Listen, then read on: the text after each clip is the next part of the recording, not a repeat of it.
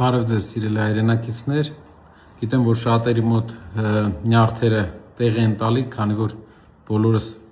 ամեն ինչ ներդրել ենք պայքարի համար, կուզեի մի քանի բան ասել, որի վրա հիմա աշխատում ենք։ Գնում է ձայների վերահաշվարկ։ Ձայների վերահաշվարկի արդյունքում կիմանանք Բարգավաճ Հայաստան կուսակցությունը մտնում է թե չէ։ Այդ դեպքում հնարավորությունը կհասկանանք արդեն ազգային ժողովը արդեն հնարավորություն կունենա գլխավոր դատախազ եւ այլ պաշտոնյաներ ընդունելու ժամանակ ընդդիմությունը իր խոսքը ասի, որից հետո պարզ կլինի ազգային ժողովը կունենա գործիքակազմ դեմ կանգնելու, քանի որ այս անգամ իշխանությունը շատ մանդատներ է կորցրել դեմ կանգնելու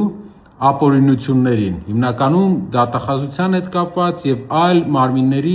նշանակումներ պետք է արդեն հաստատեն դատարաններ, բան պետք է հաստատեն ազգային ժողովի հետ։ Սա ենք հիմա մենք սպասում, ԲՀԿ-ի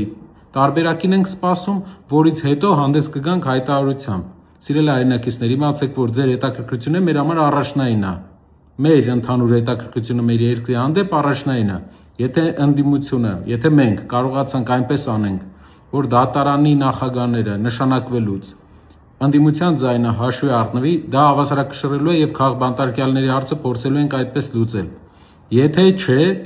տեսանք, որ արդյունք չի լինելու, արդեն հանդես կգանք հայտարարությամբ։ Նաեւ մի բան ասեմ։ Իշխանության փոփոխության համար երկու տարբերակ կա։ Մեկը ընտրությունն է, մեկը փողոցային պայքարը։ Փողոցային համանդրական ճանապարհով պայքարը։ Փողոցային պայքարի արդյունքում պետք է ազգային ժողովի падգամավորների մեծամասնությունը քվեարկի փոփոխության օգտին։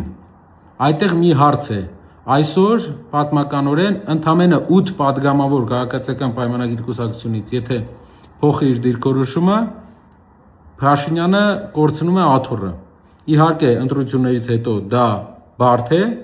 բայց Հայաստանի 5 տարվա ընթացքում մենք մեծ հնարավորություն կարող ենք տեսնել այդտեղ։